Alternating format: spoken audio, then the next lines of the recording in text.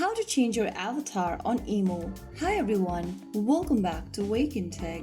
If you are trying to change your avatar on IMO, then it's actually pretty easy. First thing to do is to launch open the IMO application on your device and make sure you're logged into your account. After you're signed into the homepage or the chat page of IMO, go to the upper left corner and tap on your profile picture. Once you're inside your profile picture or the Me section, tap on your profile picture once more at the top left and then click on Edit at the bottom right. Now go to the very top and tap on Avatar. You'll then be able to see your profile picture on the page. Click on the camera icon at the top right corner to change your profile picture.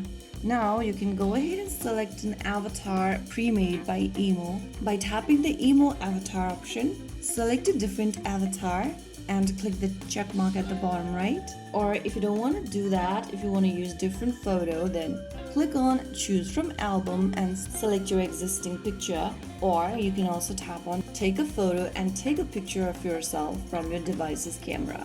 From there you can just select the picture of your preference and then simply select the check mark at the bottom right corner to upload your avatar.